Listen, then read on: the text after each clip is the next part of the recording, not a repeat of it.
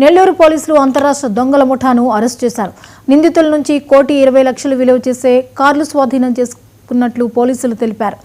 వాహనాల తనిఖీ సమయంలో అనుమానాస్పదంగా ఉన్నవారిని గుర్తించినట్లు డీఎస్పీ తెలిపారు. దుండగులు కార్లను ఢిల్లీలో చోరీ చేసి ఏపీలో కాగితాలు మార్చి గుట్టు చప్పుడు కాకుండా విక్రయిస్తున్నట్లు గుర్తించినట్లు వెల్లడించారు. నిందితులపై పలు సెక్షన్లపై కేసులు నమోదు చేశామని స్పష్టం చేశారు.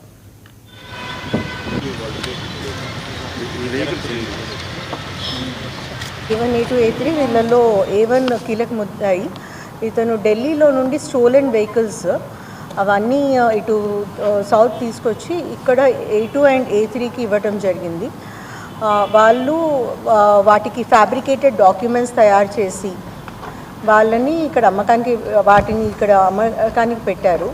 సో లైక్ వెహికల్స్ ఏవైతే 40-45 lakhs వర్త్ ఉన్నాయో వాటిని 7 lakhsకి అట్లాగా ఇక్కడ అమ్మడానికి పెట్టేశారు.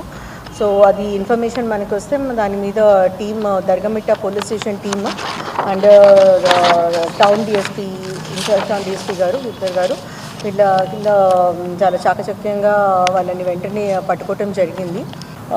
నాగ్పూర్లోని మహారాష్ట్ర నాగ్పూర్లో యశోదానగర్ పిఎస్లో ఒక ఎఫ్ఐఆర్ అండ్ హర్యానా స్టేట్లో ఒకటి క్రైమ్ బ్రాంచ్ కింద అదొకటి.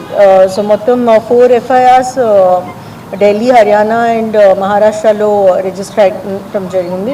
పోలీస్ స్టేట్ పోలీస్తో కూడా మనం కోఆర్డినేషన్లో ఉన్నాము.